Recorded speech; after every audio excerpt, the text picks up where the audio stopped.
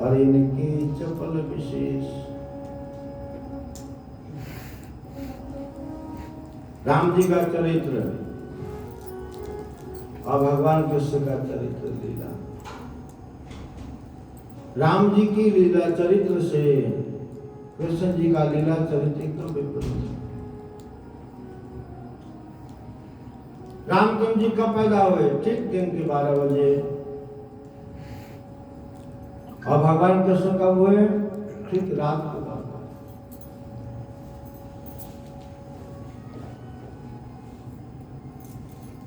रामचंद्र जी 4 भाई हैं और भाइयों में सबसे बड़े हैं। और कृष्णावतार में कृष्ण सब 8 भाई हैं, सबसे बड़े।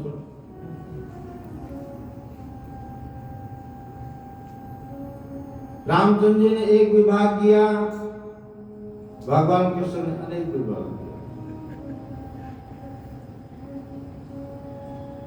रामचंद्र जी के एक माँ बाप और कृष्ण के 2 माँ बाप, रात को अलग दिन में, एकदम विपरीत है। रामावतार में बड़े भाई बने और कृष्णावतार में छोटे भाई को बड़ा भाई बना दिया। लक्ष्मण जी जो शीशावतार हैं वो बलराम जी बनकर। रामावतार में नगरी अयोध्या है और शत्रु कौन है? रावण। उसकी नगरी कहाँ है?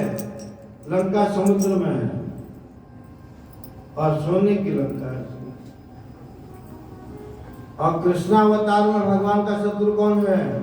यही रावण शिशुपाल बना। भगवान की नगर की द्वारिका सोने की है और शिशुपाल भारत में रहता है। रामावतार में रावण ने सीता जी का हरण किया, भगवान की भार्या का। और कृष्णावतार में शिशुपाल की होने वाली पत्नी रुक्मिणी का हरण भगवान ने कर दिया। एकदम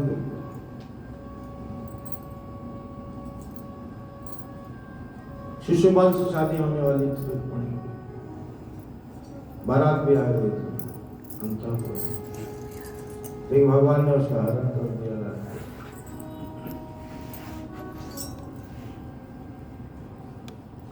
रामावतार में भगवान माता पिता की आज्ञा का पालन करते हैं।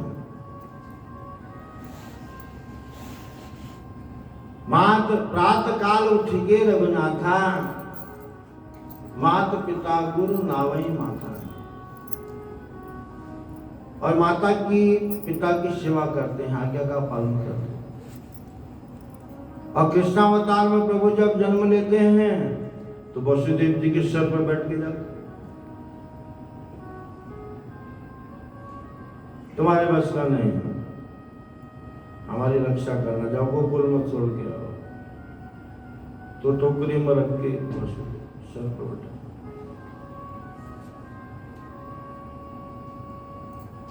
रामावतार में भगवान रोते हैं और माता पिता हंसते हैं। सुनी बचन सुजाना रोदन ठाना, होई बालक सुरभूपा। भगवान रोदन कर रहे हैं और महाराज दशरथ और रानियां खुश हो गए। और कृष्णावतार में माँ बाप रो रहे हैं, भगवान देवी की वसुदेव रोते हैं, भगवान हंसते हैं।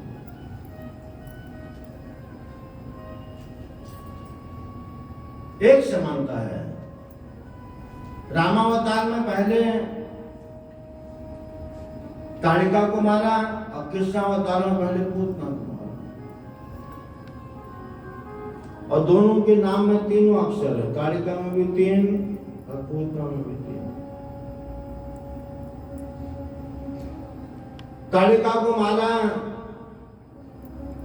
विश्वामित्र जी के आदेश करने पर। और पूतना को स्तनपान करके मार दिया बिना किसी से पूछे। वाल्मीकि रामायण में वर्णन है, विश्वामित्र जी ने 5 बार कहा, जब यज्ञ की रक्षा के लिए ले गए तो कहा, हे राम, ये ताड़िका इधर से आती है, मार देना इसको। हाँ, कहा मार दूंगा। फिर दूसरी बार कहा, नजर रखना इस पर, कहीं से भी आती है। ताड़िका और पूतना की लंबाई कितनी है? 1.5 योजन, 6 कोस की हो। विश्वामित्र ने कहा, आएगी सबको खा जाएगी हमको, इससे पहले मार देना। कहा मार देंगे। फिर कहा, आप स्त्री मर्यादा में मत रहना कि मैं स्त्री पे बाढ़ नहीं चलाऊंगा, उसको मारना ही है। कहा मार दूंगा। 5वीं बार कहा, मार देना उसको, बहुत खतरनाक है। भगवान ने कहा, जब कहीं दिखाई दे तब तो मारो ना, तो सामने आती। तब प्रभु ने बाण चलाया अपना, उसकी झंकार से, आवाज से ताड़िका प्रकट हुई और भगवान ने तुरंत उसका वध किया। एक ही बाण प्राण हर लीना, एक ही बाण हर लीना, दीन जानी प्रभु निज पद लीना, दीन जानी प्रभु निज पद लीना, दीन जानी प्रभु निज पद लीना, दीन जानी प्रभु निज पद लीना। ये भगवान राम और कृष्ण के अवतार का अंतर है। रामचंद्र जी मर्यादा पुरुषोत्तम हैं, मर्यादा का ध्यान रखते हैं, और भगवान कृष्ण लीला पुरुषोत्तम है।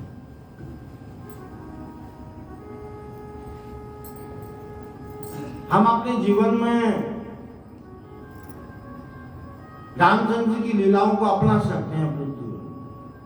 भगवान ने ऐसी असंख्यों लीलाएं की जिन्हें साधारण मनुष्य अपने जीवन में भी अप्लाई कर सकता है, अपना सकता है। माता पिता की सेवा करना, गुरुजनों की सेवा करना, कैसे राजधर्म निभाना, कैसे राज्य चलाना, राजनीति भी रामचंद्र जी सिखाते हैं।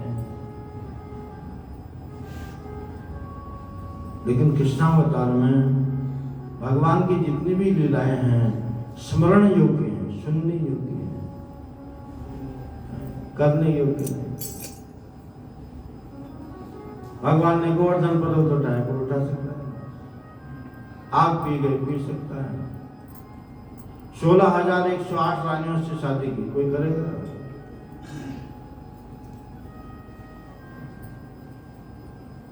असंख्य लीला है प्रभु का, लीला बता रहे हैं।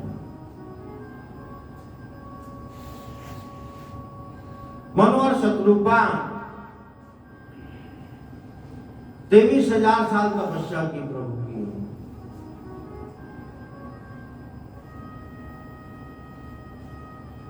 और प्रभु ने वर दिया, कहा वर मांगो, और राजा ने वर मांगा कि चाहे तुम्हें समान प्रभु सन कवन दुराव, मुझे आपके जैसा लड़का चाहिए। अब भगवान ने कहा, अपने जैसा लड़का ढूंढने कहा, आप सरिस खोजहूं कहाँ,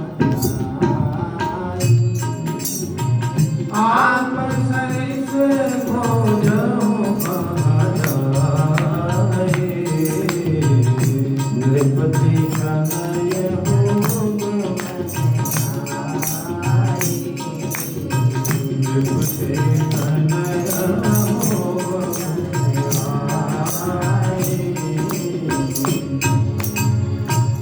देख प्रीति सुनि वचन अनमोले, एवं मस्त कृपा निधि बोले, आप सरिस खोजम कहाँ जाई, नरपति तनय हो मैं आई। राजा रानी की प्रीति देख करके वचन अनमोले, अनमोल वचन क्या है? भगवान को अपने घर में बुलाना चाहते हैं पुत्र रूप में, अनमोल वचन है। और एवं मस्त कृपा निधि बोले, ऐसा ही होगा। मैं अपने जैसा लड़का ढूंढने के लिए कहाँ जाऊं राजन, इससे मैं ही तुम्हारा लड़का बन करके आऊं। इसका मतलब क्या है?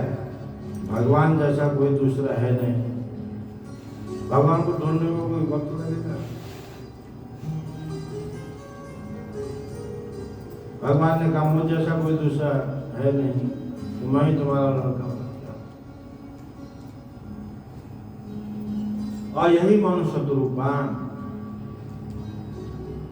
त्रेता में महाराज दशरथ और कौशल्या हुए।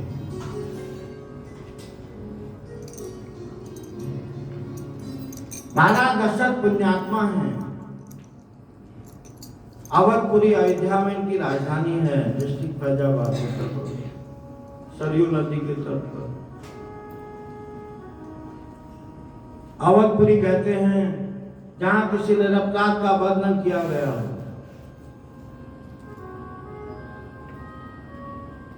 अयोध्या जहां कभी भी युद्ध न हुआ हो।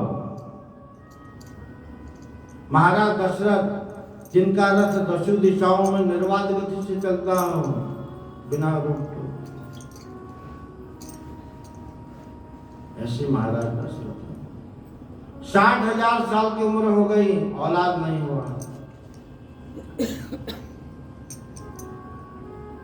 इच्छा भी प्रकट नहीं की। साधारण मनुष्य की शादी होती है, 2-4 साल बच्चा नहीं हुआ तो टेंशन हो जाता। तंत्र मंत्र अनुष्ठान, वैद्य दवाई, भूत प्रेत पूजना शुरू हो जाता। लेकिन महाराज दशरथ के 60,000 वर्ष हुए, कभी भी पुत्र कामना नहीं की। क्यों नहीं की? क्योंकि महाराज दशरथ को मालूम है कि भगवान ने मुझे वचन दिया है, मैं तुम्हारा पुत्र बनूंगा। जब भी आएंगे प्रभु आएंगे, इससे कोई लालसा नहीं, इच्छा भी प्रकट नहीं।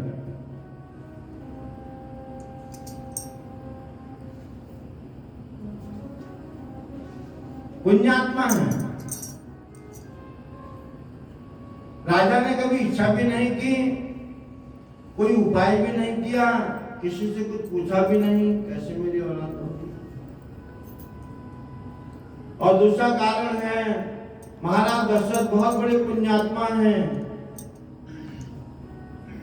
प्रश्न उठता है कि जो पापी लोग हैं, अधर्म करते हैं, उनके घर औलाद नहीं होती, तो पुण्यात्मा के घर कैसे औलाद नहीं हुई? महाराज दशरथ इतने बड़े पुण्यात्मा हैं कि भूमंडल में कोई ऐसा जीव नहीं जो उनके घर पुत्र बन के आ सके। टाटा के घर कोई ऐसे पैदा हो जाएगा? पैदा होते ही करोड़ों का मालिक नहीं।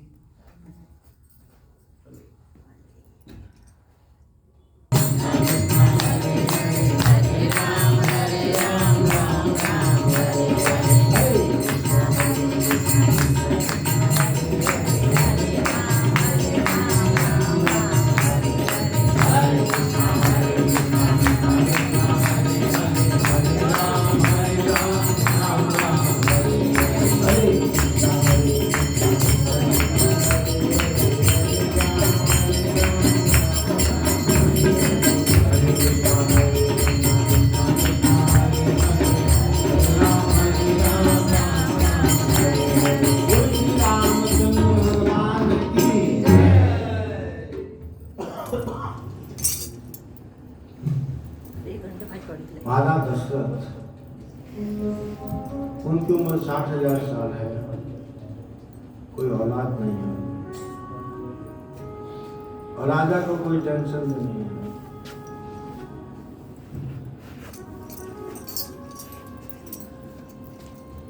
एक दिन गुरु वशिष्ठ की पत्नी ने कहा अपने वशिष्ठ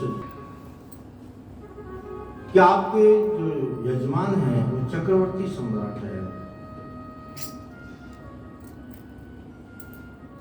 इतनी ख्याति है उनकी, पुण्यात्मा है, लेकिन उसका कोई वारिस नहीं। आप इतने त्रिकालदर्शी हैं, सर्वगुण संपन्न हैं, आप कुछ कहते क्यों नहीं? गुरु वशिष्ठ ने कहा जब राजा इच्छा करेगा तब मैं कुछ कह सकता हूं। राजा को पूछना चाहिए, मैं क्यों पूछूं उसको? अतः पृच्छामि संसिद्धिं योगिनां परमं गुरुं पुरुषस्य यत् कार्यं म्रियमाणस्य सर्वथा। परीक्षित महाराज ने पूछा है पहले, सुखदेव गोस्वामी ने नहीं कहा कि क्या प्रश्न है, उन्होंने पूछा। तब कहा परियाले सती प्रश्नो पितृदो गोत्रं देवं आत्मत सम्मत पुष्टां श्रोतव्यादसी। राजा इच्छा करे तो अनुसुईया माँ ने कहा राजा के वारिस तो होना चाहिए। भगवान भी चाहते हैं, महाराज दशरथ के घर आना चाहते हैं, लेकिन दशरथ कोई लालसा ही नहीं करते। अगर दशरथ लालसा करें भी, लेकिन मध्यस्थ अगर गुरु नहीं है तो भगवान कुछ नहीं कर सकते हैं। बीच में आचार्य है, गुरु है। भगवान की भी इच्छा है मैं महाराज पुत्र बन करके जाऊं, लेकिन राजा लालसा करे, उनका गुरु कुछ साधन करे तब मैं जाऊं। तब सती अनुसुईया ने कहा राजा के मन में लालसा मैं उत्पन्न करूंगी। तो दूसरे दिन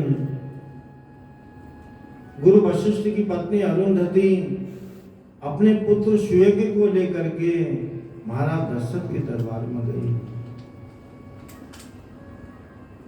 और दरबार में जाते ही वो बच्चा रोने लगा। महाराज दशरथ ने पूछा गुरु मां आपका पुत्र क्यों रोता है? गुरु मां ने कहा सच सच बताऊं, तुम्हें बुरा तो नहीं लगेगा? कहा नहीं नहीं आप सच सच बताइए, आपका पुत्र क्यों रो रहा है? गुरु मां अरुंधति ने कहा ये इसलिए रो रहा है कि इसके पिता के यजमान तो आप हो। ये इसलिए चिंतित है कि इसका यजमान कौन होगा। तुम तो इसके पिताजी के यजमान हो, गुरु वशिष्ठ तुम्हारे गुरु हैं, तुम उसके यजमान हो, लेकिन इसका यजमान कौन होगा? जब तुम्हारा कोई वारिस होगा, बच्चा होगा, तभी मेरा पुत्र उसका आचार्य होगा। इससे रो रहा है। तब राजा के मन में औलाद की इच्छा हुई। एक बार भूपति मन, एक बार भूपति मन मांगे, है कदानी हमरे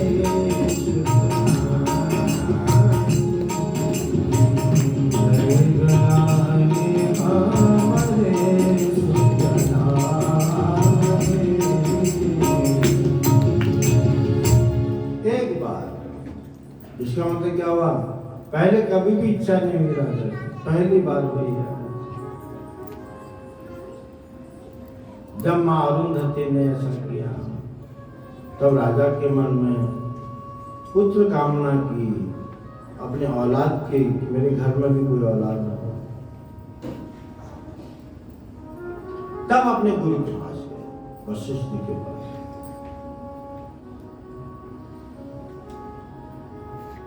गुरु ग्रह गया तुरंत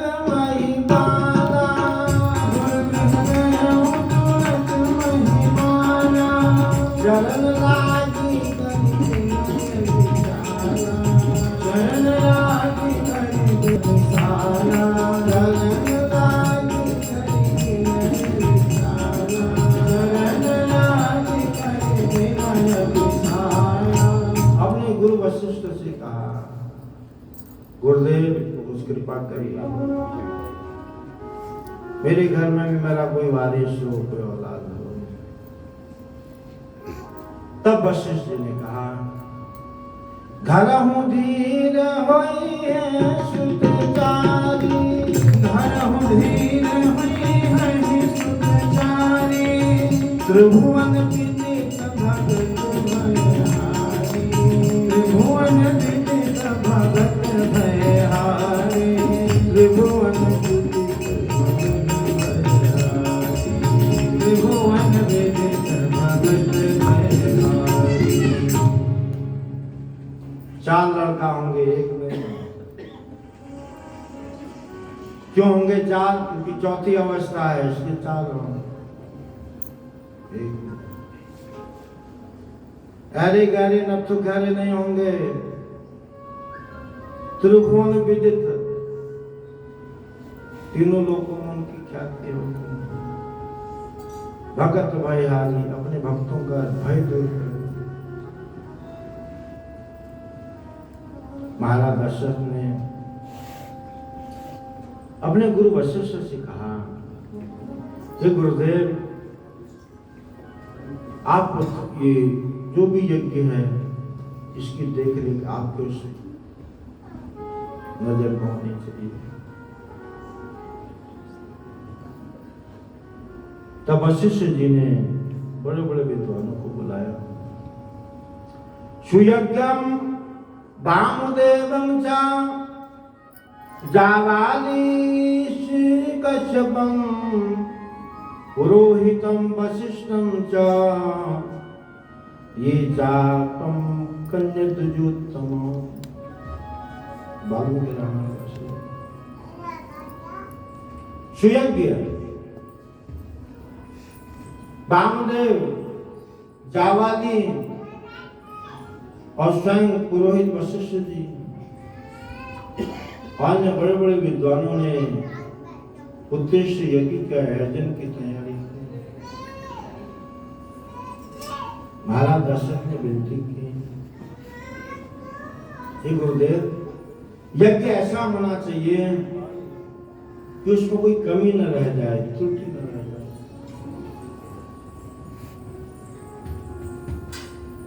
कर्म कांड में अगर यज्ञ में त्रुटि रह जाती है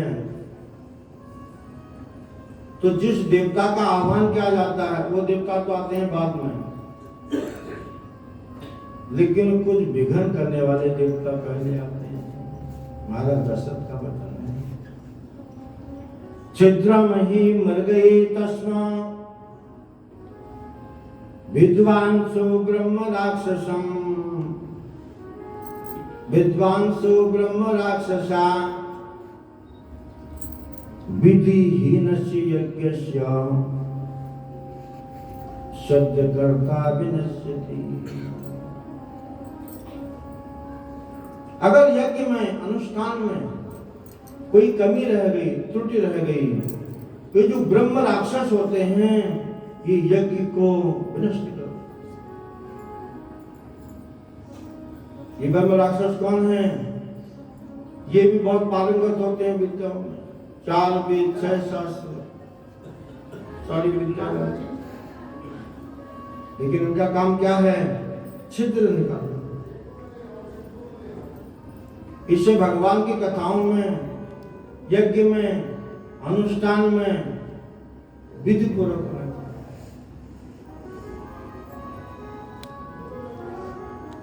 अगर वो विधि पूर्वक नहीं होगा, जो उस यज्ञ का आयोजन करता है, रामायण में दशरथ जी कहते हैं, सद्यकर्ता विनश्यति। जो सब करता धरता है उसको इसका भुगतान करना पड़ेगा।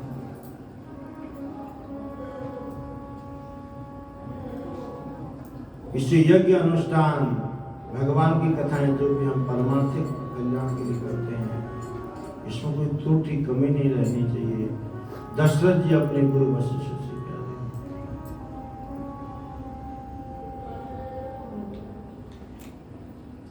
राजा योनाश्व जो रामचंद्र जी के वंश में हुए, पुत्रेष्ठ यज्ञ किया पुत्र कामना से। और रात में यज्ञ मंडप में बैठे थे। नियम ये था कि अगर रात्रि में पानी की प्यास लगे तो यज्ञ के ही लोटे का पानी पीना है।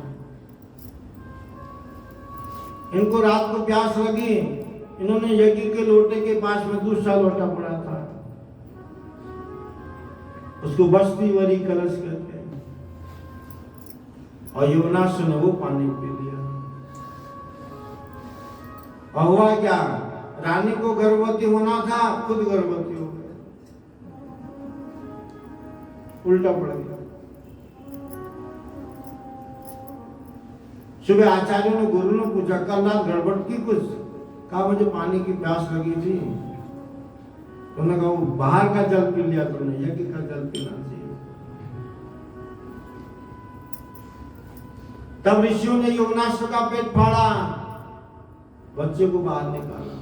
अब इसकी मां तो है नहीं, दूध कौन पिलाएगा? तब स्वर्ग के देवता इंद्र का आह्वान किया। इंद्र ने अपनी उंगली उसके मुंह में डाली, कहा मेरी उंगली में अमृत है, पियो। इसी उंगली को चूस करके तुम बड़ा होगा।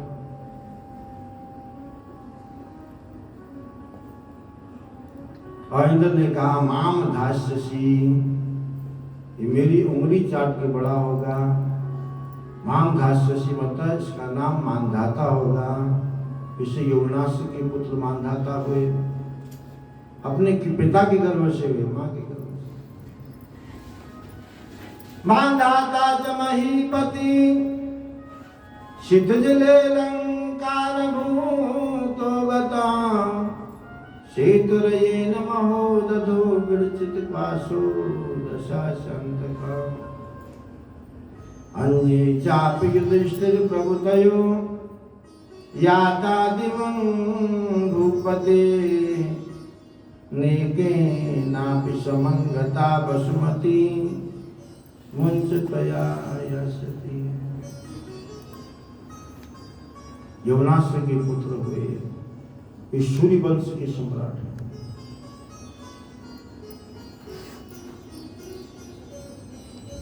मानधाता की 50 लड़कियां हुई, कन्याएं शौबरी ऋषि को ब्याही हुई। शौबरी ऋषि बहुत बड़े तपस्वी थे। बाहर देखते, पहले बाहर तपस्या करते, देखता कोई लड़का लड़की जा रहा है, कोई पति पत्नी जा रहे हैं, कोई परिवार वाले जा रहे हैं, उनको देख के उनका मन खराब। जल के अंदर जाके तपस्या करने, पानी के अंदर गए, वहां भी एक मछला और मछली घूम गए, दोनों मियां बीवी। उधर भी माया ने नहीं छोड़ना।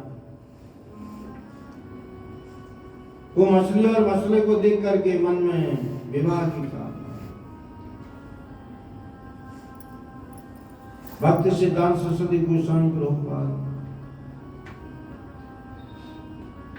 इस श्लोक की टीका में लिखते हैं, शौबरी मुनि का पतन क्यों हुआ? किसी संत का पतन कब होता है? जब वो कोई वैष्णव अपराध करता है। दूसरे की बात छोड़ो, ये भजन करने वाले। शौबरी मुनि बहुत बड़े तपस्वी। एक बार एक गरुड़ मांस का टुकड़ा लेके जा रहा था।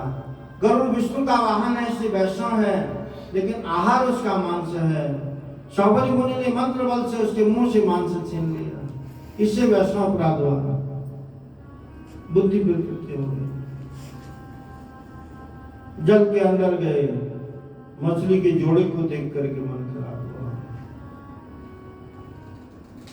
सीधे राजा मानधाता के महल में गए और कहा तुम्हारी बेटी से हम शादी करना चाहते हैं। ये बड़े तपस्वी हैं, राजा मानधाता भी प्रतापी सम्राट हैं। राजा ने विचार किया अगर मैं तुरंत ना कह दूं कहीं श्राप ना दे दे, तो राजसी भाव का प्रयोग किया। कहा मुनिराज मैं कोई ऐतराज नहीं, आप मेरी लड़कियों से पूछ लीजिए। शौबरी मुनि मानधाता की बेटियों के पास गए, कहा तुम में 50 में से कोई एक हमसे शादी करना चाहे तो मैं तैयार हूँ। तो सबने कहा तुम बूढ़े के मुंह में दांत नहीं, तुम्हारा गाल कुछ क्या होगा, और तुम बूढ़ा आदमी, तुमसे शादी करेंगे हम। साबरमती ने कहा भी बताता हूँ। गुजरात में बिंदु सरोवर में गए, डुबकी लगाई, अश्विनी कुमार का ध्यान किया। अश्विनी कुमार ने कहा बिंदु सरोवर में डुबकी लगाओ, डुबकी लगाई, बाहर आई, राजकुमार हो गए। फिर महल में गए उन राजकुमारियों के पास, कहा आप शादी करोगी? पहले एक भी करना नहीं चाहता था, बाद में 50 बोले हमको यही चाहिए। चमड़ी का धंधा है ना। पहुंची, व्यक्ति वही है, जैसे ही चमड़ी बदली 50 कन्याओं से विवाह किया सबरी के साथ। बहुत बड़ा महल, ऐश्वर्य। एक दिन अपने उपवन में बैठे थे, विचार किया मैं इतना बड़ा तपस्वी कहाँ फंस गया। तब विचार आया, वो गरुड़ के मुंह से जो मांस छीना ना, वो अपराध हमसे। और कमंडल पकड़ा, जंगल में फिर तपस्या करने से। योनास के पुत्र हैं मान दादा।